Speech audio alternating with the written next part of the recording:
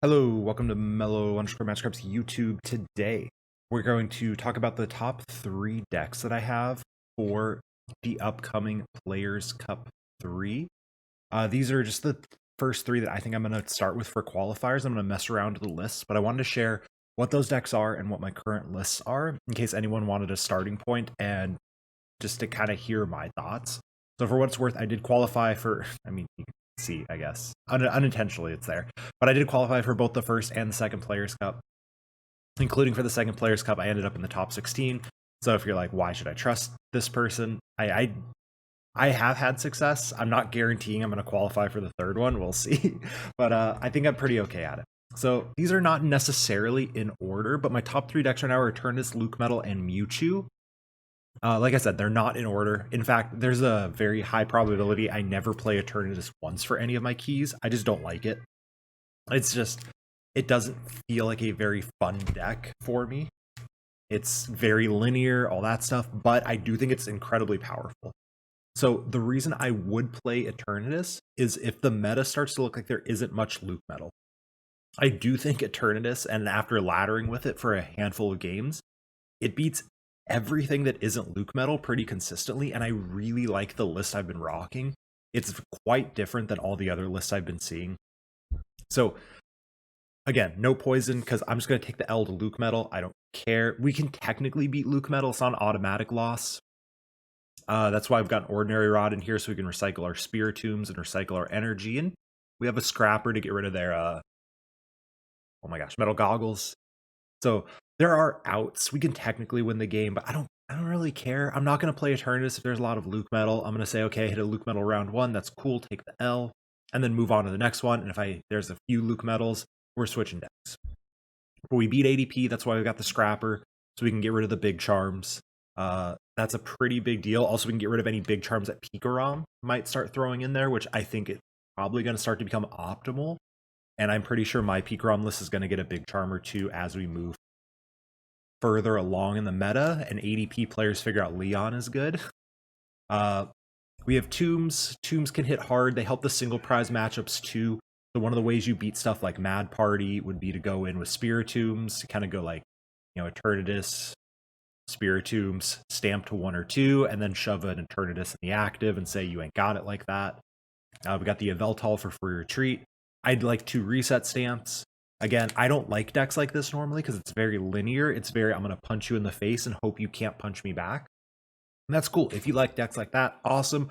I don't, and so I'm trying to throw a little bit of extra disruption in there, which would be the reset stamps. And that would also be like the Absol. So I do like having those options. My stadium choice is Viridian. A lot of people are like, I say this all the time too. I wrote an article on Turbo Zacian for the POG format, and I was like, just play Viridian. If you're an aggressive deck, play Viridian. If we don't miss our energy, we win. It doesn't matter what our opponent does. What deck are we trying to stop get their energy? ADP? Okay, that's a fair argument. But in the end, we're tech to beat ADP. We've got our 4 boss, we've got our Scrapper for their big charm. We will beat ADP before they beat us. So I don't care about that. Pikarom, same thing. They can get their 1 energy to electrify. They're not going to miss an energy anyway. So I like Viridian. This deck is going to set up. It's going to get the turn 1 attach very often. It's going to get the turn 2, I don't even remember, Dread End incredibly often. So this deck's been testing very well. Like I said, Lucario matchup sucks. The Zigzagoons matchup is also quite bad. We can technically beat Zigzagoons because we have the Rod and the Spiritombs.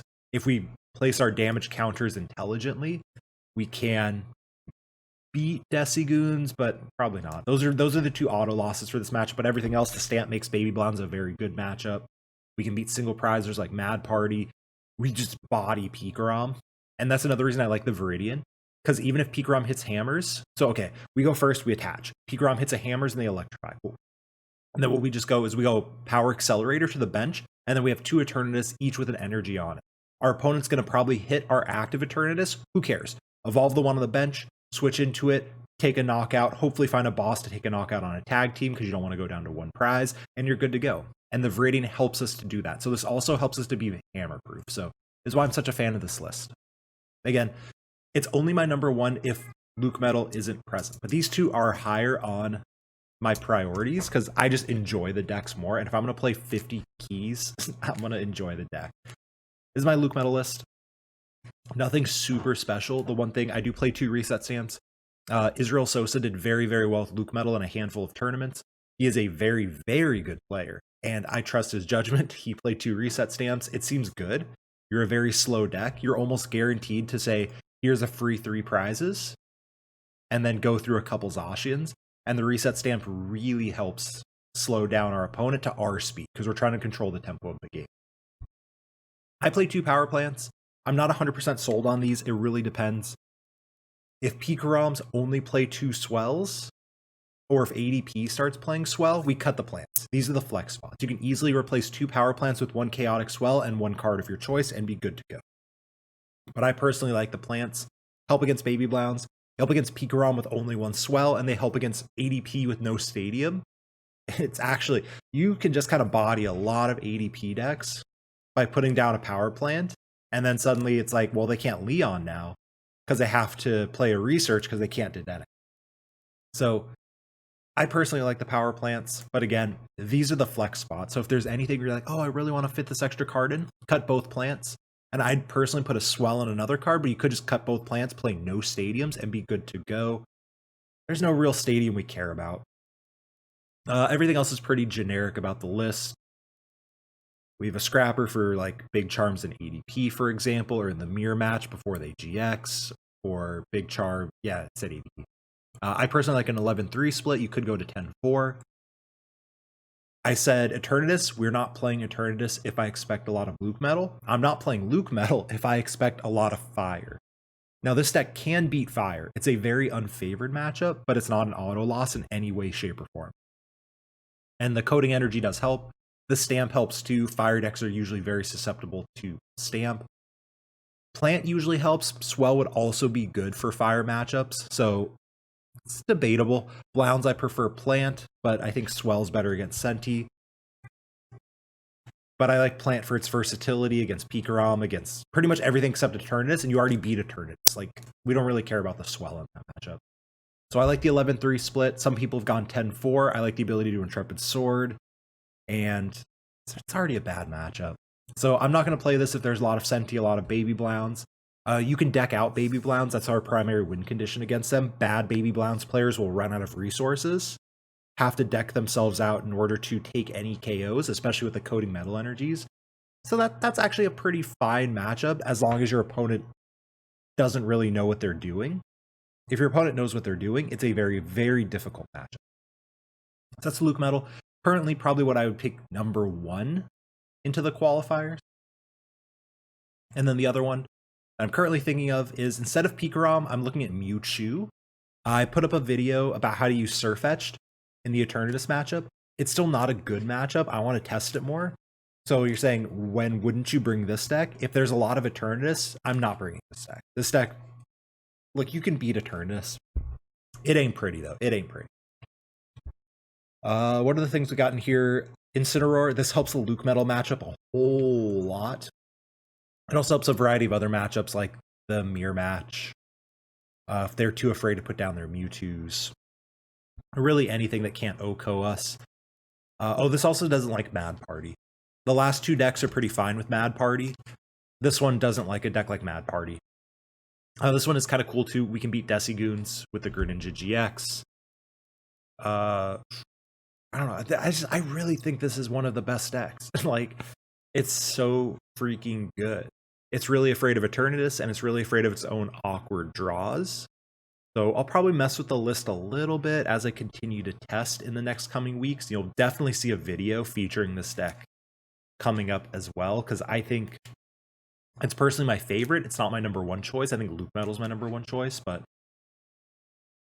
like, this deck has an out to everything. The question is, how do we refine all the counts to have an out to everything? Oh, and I mentioned before the flex spots in the other decks. This one's the Bolton. You can go down to 2 Bolton for sure.